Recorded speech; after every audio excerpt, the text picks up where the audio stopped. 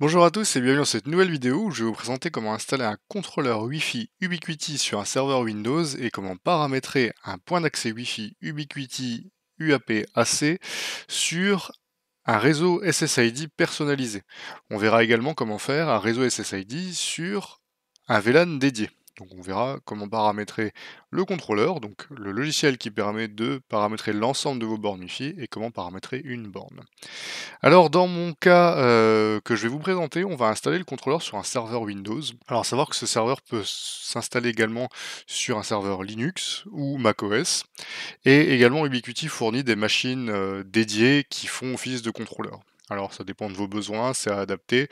Si vous l'installez sur un serveur, l'idéal ça reste de le dédier à ça, puisqu'il va embarquer notamment un serveur web pour le management, donc ça peut, rentrer en conflit avec d'autres produits que vous avez. On va se connecter au serveur.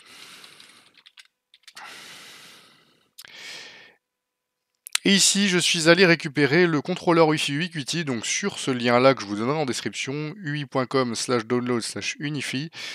Je vais les récupérer dans l'onglet Software, la dernière version du contrôleur Wi-Fi. Donc là, c'est Unify Network Application version 7 for Windows. Nous, on est sous Windows. Donc on la récupère. Je l'ai déjà fait. Je vais l'avoir ici sur le bureau. Alors pour l'installation, assez simple. On va faire double-clic, install. On va avoir besoin de Java 11. Donc là, vous mettez UI. Et ça va vous proposer la version de Java à télécharger. On descend pareil, là on a la dernière version 20 janvier 2023 en Windows, on la récupère en MSI. Alors bien évidemment, ce sera à tenir à jour, hein, aussi bien que le contrôleur Ubiquiti, aussi bien le package Java, il faudra le tenir à jour. Donc là on va faire suivant, installer, terminé, et je relance l'installation de Unify, et je fais install. Là, on va laisser l'installation se faire. L'avantage d'un contrôleur plutôt que d'une borne Wi-Fi autonome, c'est que peu importe que vous ayez 100 bornes Wi-Fi ou 2, le paramétrage à faire est le même. On va le regarder tout à l'heure quand je vais vous montrer le logiciel. On a paramétré une fois nos réseaux Wi-Fi et puis on peut simplement adopter ou non les bornes Wi-Fi dans ce réseau. Donc c'est très pratique pour pouvoir gérer un nombre important de bornes Wi-Fi. Donc là, on va faire finish et on va démarrer. Là, on va voir du coup qu'on a le contrôleur Unifi qui se lance, qui est en fait vraiment un serveur web. Donc c'est pour ça qu'on va voir qu'on peut tout manager en web. Donc là, on va le laisser se lancer. Et on va pouvoir directement cliquer ici où ça va nous ouvrir la page qui va bien, où on va être en HTTPS localhost, donc sur votre serveur, $8443. Donc attention, si vous avez un autre serveur web déjà sur le serveur, attention à ce qu'il n'y ait pas d'écoute sur 8443 pour autre chose. Bien évidemment, du coup, ça c'est accessible depuis un autre serveur ou une autre machine, hein. Vous n'êtes pas obligé de passer par le serveur en tant que tel. Donc là, on va faire avancer, continuer. Et là, on va devoir faire le premier paramétrage de notre contrôleur Wi-Fi. Alors déjà, on va devoir lui donner un nom pour pouvoir le distinguer au cas où vous en avez plusieurs à gérer. Donc moi, je vais simplement faire GA, puisque j'en ai pas fait d'autres. Et on accepte le license agreement. Ensuite, on peut faire un compte Ubiquiti si on veut, ou on peut faire tout en local. Donc là, on va faire switch to advanced setup. Et là, on va désactiver le remote access si vous voulez faire que du local. Et on peut décocher use your Ubiquiti account for local access si vous voulez vraiment gérer en local vos accès de connexion à Ubiquiti. Donc ça, c'est un choix, c'est à vous de voir selon vos types d'administration. Là, dans mon réseau laboratoire, je préfère pouvoir gérer en local. Donc mon administrateur, on va éviter de mettre simplement admin ou administrateur pour éviter qu'on puisse le deviner. Donc je vais mettre par exemple GA admin. On va mettre un mot de passe, donc là vous mettez un mot de passe bien sûr sécurisé. Et vous mettez une adresse mail. On peut laisser par défaut un auto-backup de la config si on veut. Et on va faire pour le moment next. Là on peut déjà pré-créer un réseau Wi-Fi, mais moi j'aimerais bien voir un peu plus en détail la configuration pour la présenter, donc là je vais faire skip. Et enfin, on n'oublie pas de changer le pays ici en mettant France, et de vérifier que la time zone est la bonne. Et là, on a un récap que vous pouvez vous noter. Donc, vous avez le nom de votre contrôleur, le nom d'utilisateur local, et le pays et l'heure. Et on fait finish. Et là, on arrive du coup sur notre contrôleur Wi-Fi de base. Alors, sur le tableau de bord, vous allez retrouver l'ensemble de vos clients, de vos access points. Donc, access point ou AP, ça veut dire point d'accès, donc c'est vos bornes Wi-Fi, si je simplifie. On va avoir la possibilité de naviguer entre différents onglets qu'on va voir sur le côté. On aura plus de détails aussi quand on aura mis en place du Wi-Fi, forcément pour moi on n'a pas grand chose. On va avoir la possibilité de faire une topologie avec un schéma si besoin. On va retrouver ici dans Unify Devices l'ensemble des bornes Wi-Fi accessibles. Et là on peut voir que j'en ai déjà branché une sur mon réseau qui s'appelle U6 Lite, donc parce que c'est une borne Wi-Fi U6, donc compatible Wi-Fi 6 et de la version Lite. Et on voit que pour le moment, elle est en attente, elle n'a pas de paramétrage, il faudra cliquer ici pour la paramétrer. Donc là, pour le moment, je ne vais pas le faire, je continue juste un petit peu la présentation. On aura un onglet client device, on pourra voir l'ensemble des clients connectés à notre réseau. On aura des options de sécurité si on a toutefois des solutions de sécurité Ubiquiti installées.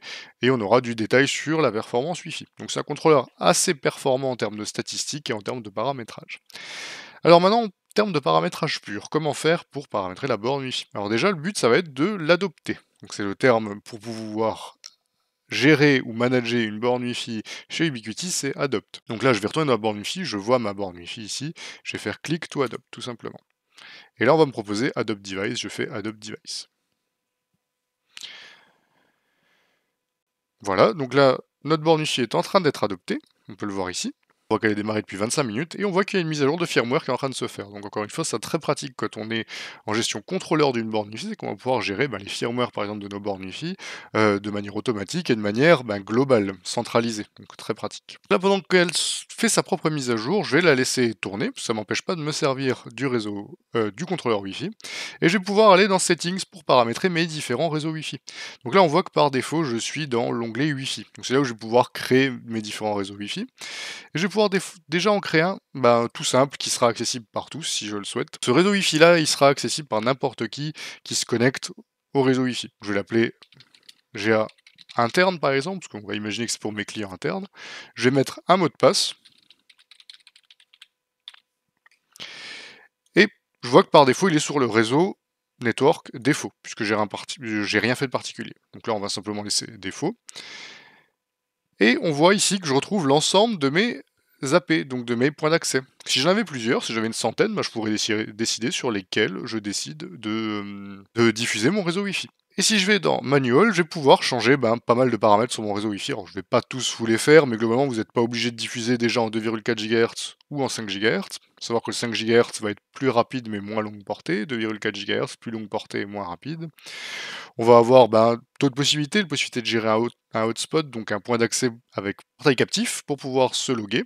Donc attention, si vous mettez portail captif, c'est Ubiquiti qui gère le portail captif, donc il faut que le serveur soit accessible dans le réseau vers lequel vous mettez du portail captif.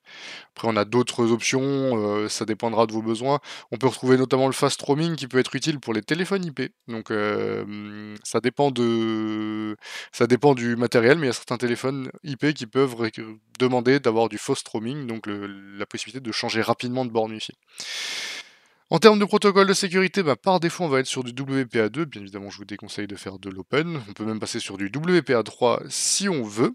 Mais le souci, c'est qu'en WPA3, comme ça nous l'est précisé ici, c'est qu'on a certains clients qui ne sont pas forcément toujours encore compatibles. Pour le moment, je vais laisser WPA2. On va avoir la possibilité de cacher ou non le réseau du Wi-Fi, cacher le SSID. Donc SSID, c'est le nom diffusé du Wi-Fi. On va avoir la possibilité de le cacher ou non. Et enfin, on pourra faire encore d'autres options, comme mettre un serveur d'authentification distant, donc un serveur Radius, ou faire du filtrage MAC par adresse MAC, ou encore même faire de la planification de Wi-Fi pour pas qu'il soit actif tout le temps. Donc vous voyez, c'est très complet comme option, mais si on veut déjà un paramétrage standard, on peut juste laisser comme c'est et faire Add Wi-Fi Network. Et là, on va retrouver notre réseau GA interne juste ici, qui est sur notre réseau défaut, qui englobe l'ensemble de nos bornes Wi-Fi. Et on voit du coup qu'on est sur une sécurité WPA. Je peux juste en dessous choisir la puissance de transmission de mes bornes. Je peux choisir quelles bornes sont concernées, parce que je vais pouvoir gérer borne par borne la puissance d'émission et le paramétrage. Et je vais pouvoir, et ça c'est intéressant, créer d'autres réseaux Wi-Fi qui sont liés à d'autres réseaux de mon entreprise.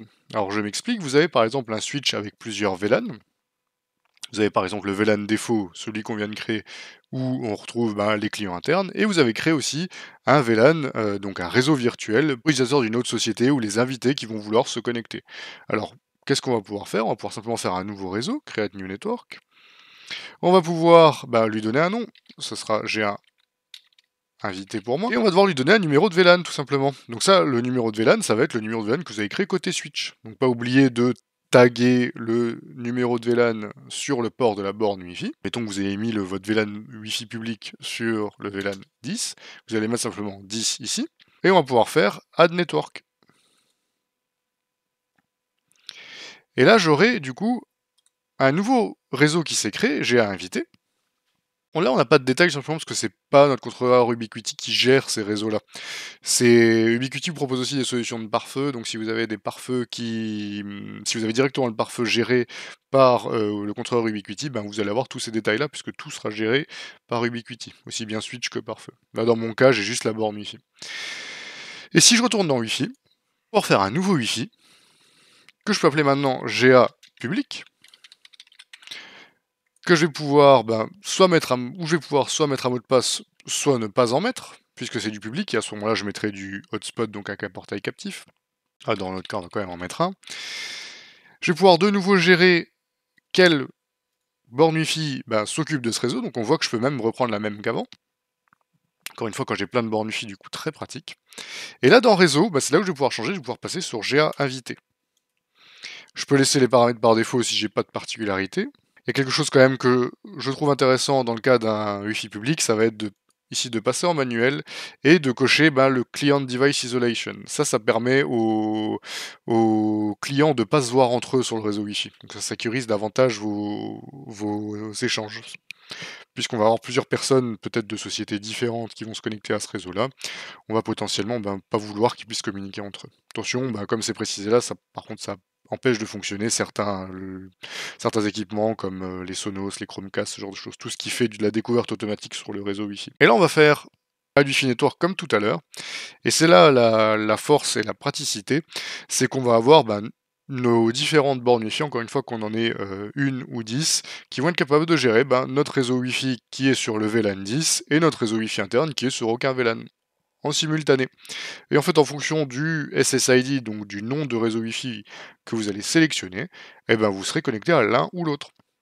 Alors bien évidemment, il faut que ce soit paramétré de bout en bout, donc il faut que sur vos switches, vous ayez paramétré les VLAN, et il faut que vous ayez un pare-feu ou un routeur qui s'occupe de faire le lien vers Internet. Et si je retourne maintenant de nouveau dans Unified Device, je vais retrouver ici ma borne Wi-Fi de tout à l'heure, qui émet du coup par défaut en 2,4 GHz et en 5 GHz, on peut voir ici, en Wi-Fi 4 pour le 2,4 GHz, en Wi-Fi 6 pour le 5 GHz. On voit son uptime, sa mémoire, on a vraiment la puissance de transmission, on a vraiment tout le détail du fonctionnement, on peut vérifier qu'elle est bien en gigabit Ethernet, donc là c'est bien le cas. Et dans Settings, je vais pouvoir faire notamment des paramétrages propres à ma borne Wi-Fi. Déjà, je peux lui donner un nom, ça c'est très pratique quand vous en avez plusieurs. Hein. Vous mettez par exemple un rez-de-chaussée 01, comme ça vous pouvez la situer. Vous pouvez mettre une étiquette dessus, au moins vous pouvez repérer laquelle est laquelle. Je vais pouvoir décider si je lui mets une IP fixe, si vous préférez. Voilà, vous avez beaucoup d'options. Là, le but c'est déjà de vous faire une petite initiation à ce qu'est un contrôleur Wi-Fi et comment adopter et paramétrer un réseau Wi-Fi sur ces bornes. Donc là, on va simplement faire appliquer pour appliquer le renommage. Voilà, donc maintenant si je réactualise, ma borne s'est bien passée en RDC 01. Alors attention quand même, la plupart du temps vous faites des modifications sur les bornes, ça fait redémarrer la borne, donc si vous en avez qu'une, sachez tout de même que vous allez faire redémarrer le Wi-Fi. Donc là si je reclique sur ma borne, voilà, elle est prête, elle a été correctement renommée, on la voit ici, rez-de-chaussée 01. Voilà, une fois que le paramétrage est terminé, ce qui peut être encore intéressant de savoir, c'est comment sauvegarder la configuration de votre contrôleur, parce que vous n'avez pas forcément envie de la refaire si vous avez un souci sur votre machine. Sachez quand même que les bornes embarquent la configuration qu'on leur envoie, donc même si le contrôleur est éteint ou plus fonctionnel, il continue à émettre le réseau Wi-Fi. Par contre, on ne peut plus apporter de modifications, et si vous devez recréer un nouveau contrôleur et réadopter les bornes, il va falloir passer borne par borne pour les resetter, pour les remettre à zéro. Pour faire ça, tout simplement, on va aller dans Settings, et dans Système, on va retrouver un peu le paramétrage qu'on a fait au début. On est capable notamment là, de changer l'heure, on peut passer en 24 heures, c'est plus clair. On peut passer en thème sombre si vous préférez. Et surtout, ce qui va nous intéresser, ça va être tout ce qui est sauvegarde, donc dans Backup. Et on va pouvoir faire Download pour le télécharger à la main. Donc là, on peut faire les paramétrages et aussi l'ensemble des statistiques si vous voulez les prendre avec. Et quand vous faites Download, vous allez récupérer le fichier de paramétrage. Et par défaut, on a aussi un auto-backup qui se fait tous les mois. Donc on peut changer si on veut, hein, on peut décider, mais cet auto-backup, il va être stocké. Alors, je vais vous le montrer dans C. utilisateur, administrateur qui a installé en tout cas l'utilisateur qui a installé le contrôleur, moi je l'ai fait en administrateur. Et dans le dossier Ubiquiti Unify, on va retrouver dans Data le backup et ensuite Auto Backup. Et c'est là où ça va être placé. Donc c'est là où vous pouvez récupérer ou programmer une sauvegarde automatique de ce dossier-là. Et enfin, ce qui peut être bien, c'est de décider quand se font les mises à jour. Alors c'est important de tenir à jour les bornes et le contrôleur pour sécurité et performance. Donc on voit que par défaut, c'est à 3h du matin que les devices se mettront à jour. Donc si ça vous convient pas comme horaire, si vous avez des besoins particuliers, il faut le changer. Il ne faut pas laisser ça pour le coup de cette manière. Voilà, donc c'est tout pour cette vidéo. Je vous ai présenté comment installer un contrôleur Wi-Fi Ubiquiti sous un serveur Windows, regarder ensemble comment faire le paramétrage de base de ce contrôleur, et comment connecter une borne Wi-Fi et créer deux réseaux Wi-Fi différents, deux SSID différents, un sans VLAN paramétré et un avec un VLAN paramétré. Je ferai potentiellement d'autres vidéos sur Ubiquiti si ça vous intéresse, n'hésitez pas à me suivre pour pouvoir les voir. Je vous souhaite à tous une très bonne journée.